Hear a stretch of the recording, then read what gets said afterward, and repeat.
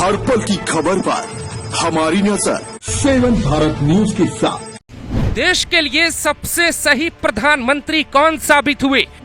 इंदिरा, नेहरू और नरेंद्र मोदी की तुलना रिपोर्ट सामने आई।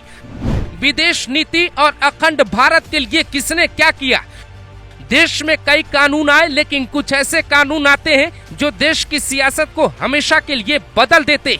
आपको इस रिपोर्ट में ये दिखाएंगे कि पंडित नेहरू और इंदिरा गांधी के किन मुद्दों ने हिंदुस्तान की दिशा ही मोड़ दी और मोदी के किन कानूनों की वजह से कुर्सी खतरे में आ गई।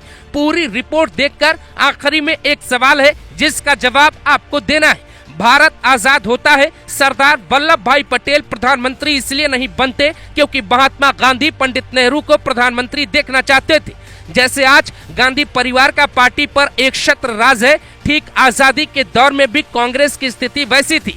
पंडित नेहरू 1952 से 1957 तक अपना पहला कार्यकाल पूरा करते हैं। इस बीच संसद में कई ऐसे कानून आते हैं जो पूरे देश को हैरान कर देते। जरा उनकी लिस्ट देखिए, फिर इंदिरा गांधी और मोदी की लिस्ट आपको दिखाते। साल 1954 में वक्फ बोर्ड कानून नेहरू की सरकार लाती है, फिर 1955 में इसको ताकत देती। एक साल बाद ही 1955 में नेहरू गांधी सरकार हिंदू कोड एक्ट लाती है, जिसको 4 भागों में बांटा गया। पहले भाग के मुताबिक हिंदू मैरिज एक्ट, जिसके मुताबिक हिंदू व्यक्ति दूसरी शादी नहीं कर सकता, जबकि दूसरी तरफ मुसलमानों को इस बिल से दूर रखा गया और 4 शादियों के लिए आजादी दी गई। हिंदुओं को लेकर कई कानून आए, पूजा पाठ, शादी रिश्ता, विरासत और जमीन बंटवारे का कानून भी पंडित नेहरू की सरकार ने बनाया। हैरानी की बात यह है कि जहां एक देश एक कानून का नियम होना चाहिए, वहां सिर्फ हिंदू एक्ट ही क्यों आया? नेहरू की सरकार ही जम्मू कश्मीर में 370 लागू करती है, हालांकि आदेश राष्ट्रपति का लागू हुआ था। नतीजा, जब मोदी शाह सत्ता में होते हैं तो नेहरू के बोए बीज को ही काटते हैं। 3 तलाक पे कांग्रेस कोई कानून लेकर नहीं आई, बल्कि जब 1985 में शाबानो केस पे सुप्रीम कोर्ट का फैसला आया तो कांग्रेस सरकार बाकायदे अध्यादेश लेकर आती। 3 तलाक पे सुप्रीम कोर्ट का फैसला पलट गया क्योंकि कांग्रेस चाहती थी शरीयत में सुप्रीम कोर्ट कैसे घुसी। नरेंद्र मोदी सत्ता में आते हैं, 3 तलाक पर कानून आता है। मुस्लिम महिलाएं खुश होती हैं, लेकिन कांग्रेस दुखी।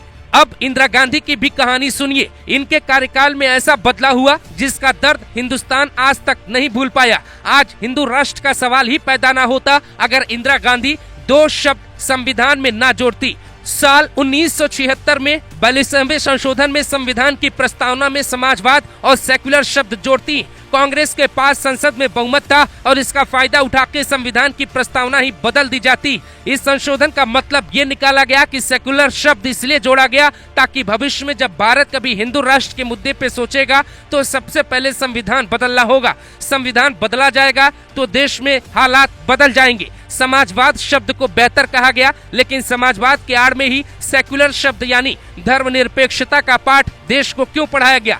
इसकी कहानी क्या है? इंदिरा गांधी चाहती थी मुसलमानों में संदेश आए कि उनके लिए संविधान में बदलाव किया गया है, क्योंकि सेक्युलर शब्द का मतलब ही हुआ कि भारत में हर धर्म और पंथ के लोग रहते। इसकी मान्यता संविधान देता है, लेकिन इसकी जरूरत क्यों पड़ी? जब भारत आजाद हुआ तो भारत ने पहले ही लोकतांत्रिक व्यवस्था को चुना था, जिसमें हर धर्म और पंथ के लोग रहने का फैसला किया गया था। हालांकि इंदिरा गांधी सरकार में बांग्लादेश को अलग किया गया, पाकिस्तान को मुंहतोड़ जवाब दिया गया। अटल बिहारी वाजपेयी ने उन्हें दुर्गा कहा। पर यह भी सच है कि हिंदू विरोधी कानूनों में नेहरू गांधी की तरह ही इंदिरा की भी खास दिलचस्पी थी। देश का बहुसंख्यक थक चुका था। 2013 में कांग्रेस ने जाते जाते वक्फ बोर्ड में तगड़ा बदलाव कर दिया। बीजेपी ने राष्ट्र की सुरक्षा के लिए कई प्लान तैयार किए, जैसे सेना में सीडीएस का पद जोड़ा और पहला सीडीएस बिपिन रावत को ही बनाया। 3 तलाक पे कानून आया, आर्टिकल 370 पे चोट की गई, वक्फ बोर्ड पे कानून आया, पाकिस्तान पे एयर स्ट्राइक किया गया। एक देश एक कानून आने वाला है। एनआरसी और सीएए भी लागू होगा। यहाँ तक कि बांग्लादेशियों और रोहिंग्याओं को रोकने के लिए भी एक कानून संसद में मोदी सरकार ने पेश किया और पास भी करवाया। आज नरेंद्र मोदी और अमित शाह को विरोधी गुजरात लॉबी कहकर तानाशाह कहते हैं, पर हकीकत यह है कि उन्होंने ऐसे कई कानून पास करवा दिए जो भारत के इतिहास में कोई नहीं कर पाया। श्यामा प्रसाद मुखर्जी ने जो सपने देखे थे, लगभग बीजेपी के नेताओं ने वो सपने पूरे कर दिए। तो आप तय कीजिए, नेहरू गांधी, इंदिरा गांधी और नरेंद्र मोदी में कौन है भारत के सबसे सफल प्रधानमंत्री? इसका जवाब दीजिए। नमस्कार, मैं हूँ प्रीति शुक्ला, 7 भारत न्यूज संवाददाता। हर पल की खबर पर हमारी नजर। हमारे चैनल 7 भारत न्यूज को लाइक करें, सब्सक्राइब करें, शेयर करें, बेल आइकन प्रेस करना ना भूलें।